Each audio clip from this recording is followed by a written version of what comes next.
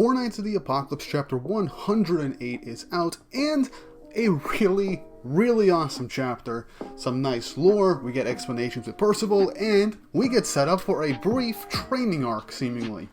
A really good chapter, and I have to say the Demon Realm arc is still looking really good. Now, we haven't gotten any more hype fights just yet, and I feel like we're building up to it, especially with the reveal of the Behemoth and everything going on with that, so we'll see where this arc leads, but I'm still very excited as there's still so much we could end up seeing from this very arc. But before we get into the chapter, don't forget to like and subscribe and hit the notification bell for updates on future videos. It really helps and shows you guys enjoy the content I make on this channel. And Four Nights is honestly the bread and butter of this channel, so I want to keep these videos coming, and I'll be covering the series every single week. But without further ado, let's hit the intro and get right into the chapter.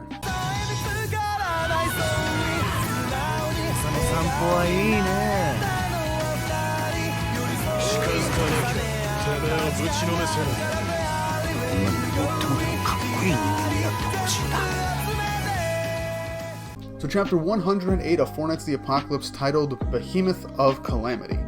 This chapter starts off back with Zeldris and the rest of the group as he begins to tell them about the Behemoth. He goes on to state that the Behemoth has just woken up and is active, and states that the Behemoth was also called the Lunisolara Beast, and is normally very peaceful. All creatures in the demon world benefit from its life force that it emits, but when it senses something unusual happening, it responds with violent fury. It transforms into their worst nightmare, consuming all of their lives. Nazians then walks back after everything that happened in the previous chapter, with, Percival healing the Chaos Knight and running with the Coffin of Eternal Darkness, and all that. Donnie then brings up the fact that the door being on the Behemoth's back, and in this furious state, can they even reach it? Chion then calls Donnie a coward, and then begins to gas up Tristan, stating, "Why are we here in the Demon Realm and not affected by the miasma? It's all thanks to Tristan and the blessing of the Goddess Clan, so we got nothing to fear from this monster." Zeldris says, "You may withstand some of it, but the Behemoth holds vast negative force. I highly doubt you'd make it," showcasing that there is so much negative energy coming off from that Behemoth that even Tristan's magic power won't be able to even hold it back and protect the group like he's doing with the miasma for just a brief period of time. If it was Elizabeth, maybe a lot longer, but there's a possibility that maybe even Elizabeth couldn't even protect everyone from the vast amount of negative energy coming off that Behemoth.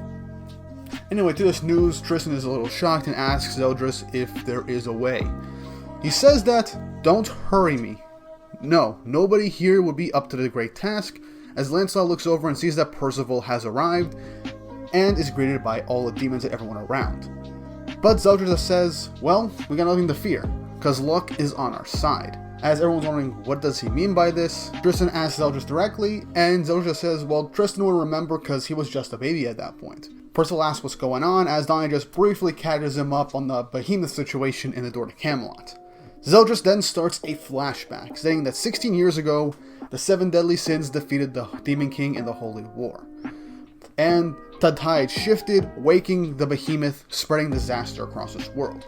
So, there was more consequences to defeating the Demon King, and I presume at some point something will happen with the Supreme Deity in the Celestial Realm for all we know. But yeah, there was some consequences with defeating the Demon King, shifted the tides in the Demon Realm, thus awakening the Behemoth.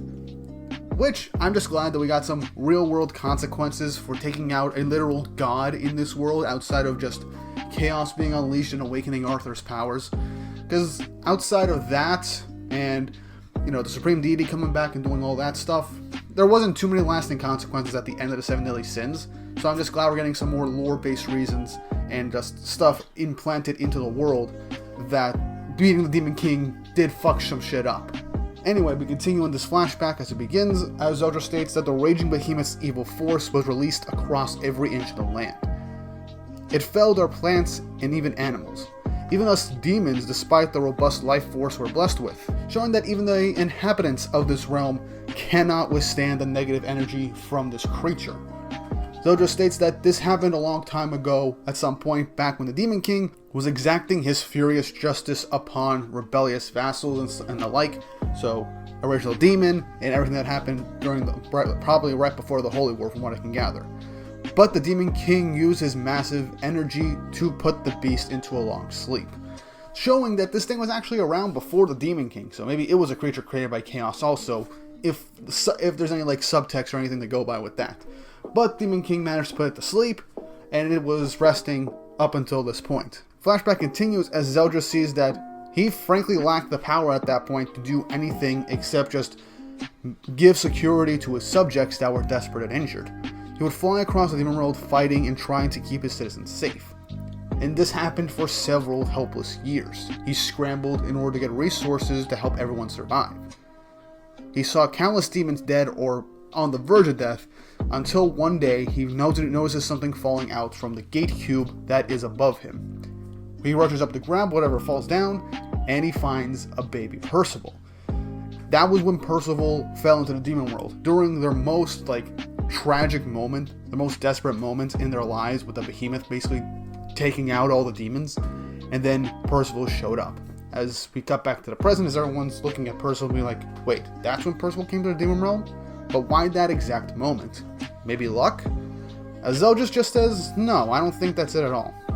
I firmly believe you came to us because you were destined to.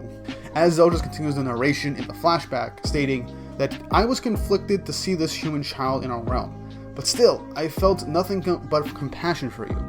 Such a toddler was likely to die within minutes from our miasma.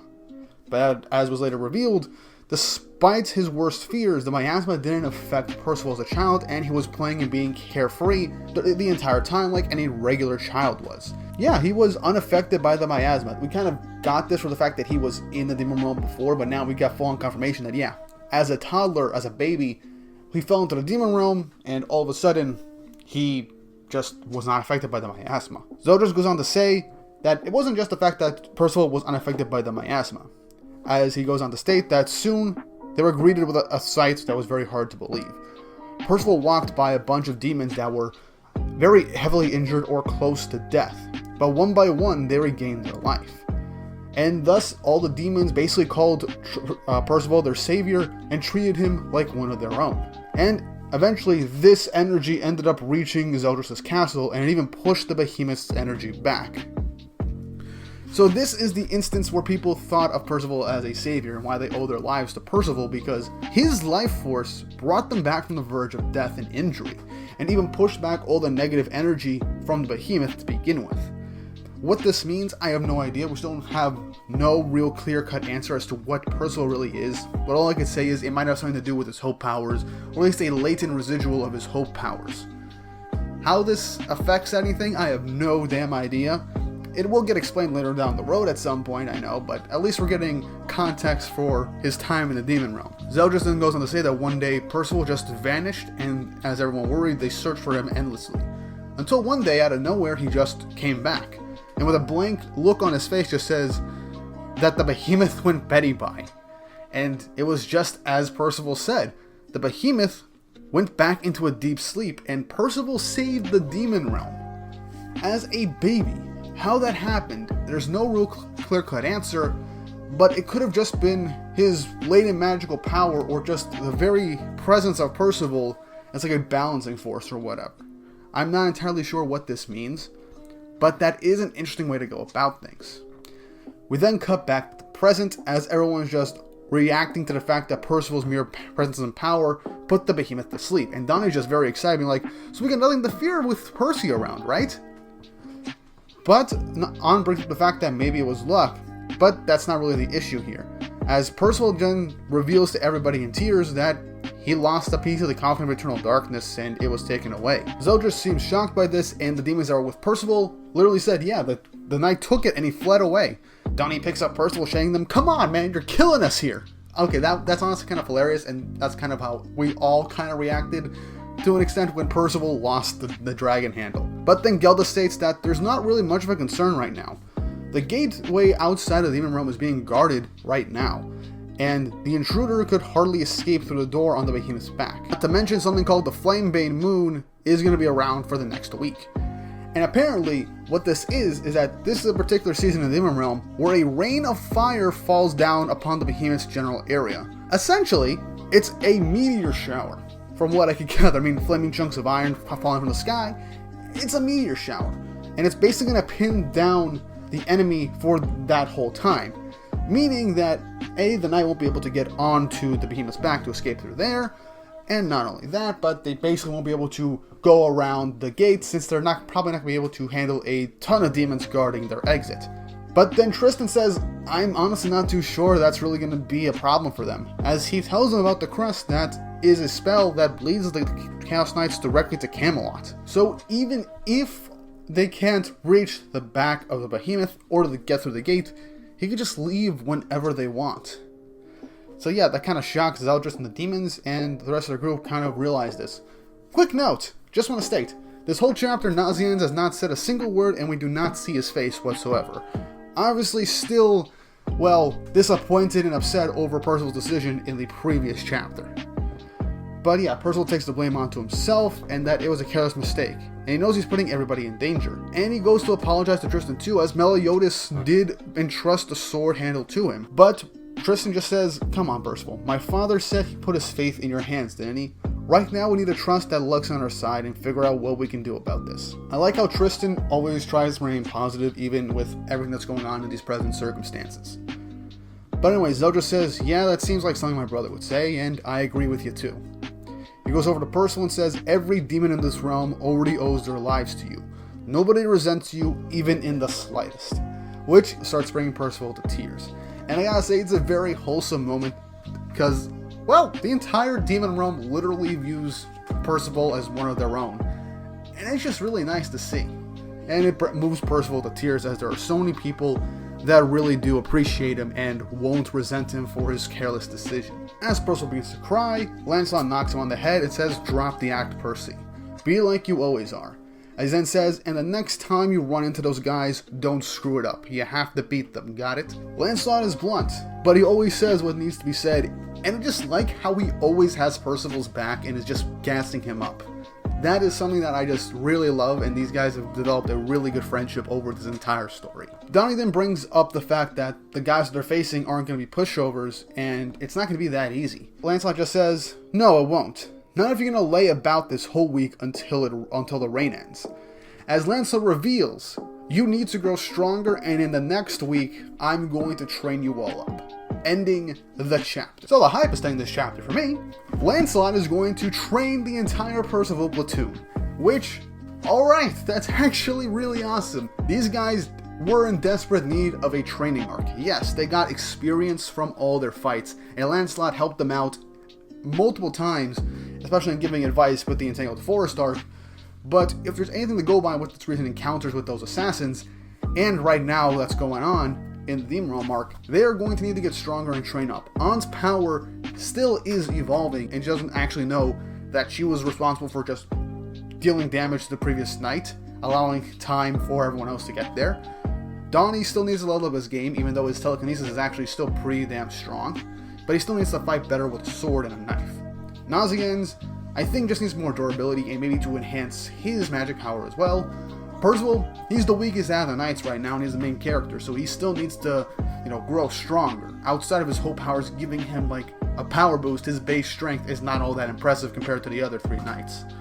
So this is actually really hype. I'm wondering if we're going to see the actual training arc, or at least the building blocks of it, and then get a brief time skip to the end of the week when they go face the behemoth to see the fruits of their labor, and maybe have everybody face off against the remaining Chaos Knights and perhaps rescue Gawain. Or maybe Gawain will get out of there on her own, we have no clue.